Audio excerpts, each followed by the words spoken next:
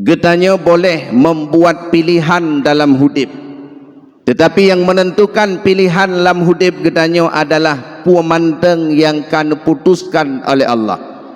Di saat kiban manteng kondisi uranya getanya jalani, yang nelake oleh Allah baktanya cuma sabo berida atas ketetapan yang lun tetapkan kegata. Leboh yang andaikan getanya tatim jalani dalam hidup, insya-Allah akan bahagia. Di saat getanya berada dalam nikmat, bersyukur atas nikmat tersebut. Di saat getanya berada di dalam bala dan ujian, bersabar atas apa yang Allah tetapkan. Dan di saat getanya berada apa yang akan diputuskan oleh Allah, berida atas ketetapan Allah. Nyan menyatatim indahkan, insya-Allah hidup getanya akan bahagia dunia dan akhirat.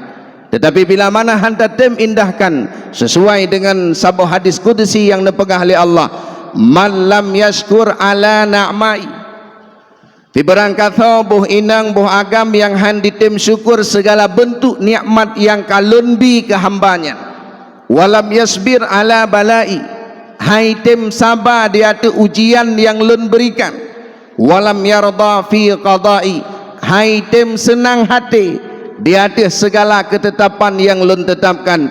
Nekun li Allah fal yakhruj min tahtis samai, hendak ditubit daripada bumolun.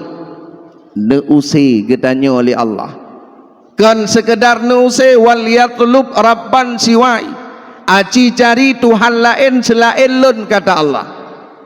Hana moho tajak tanek lup lam bumo juga bumo Allah.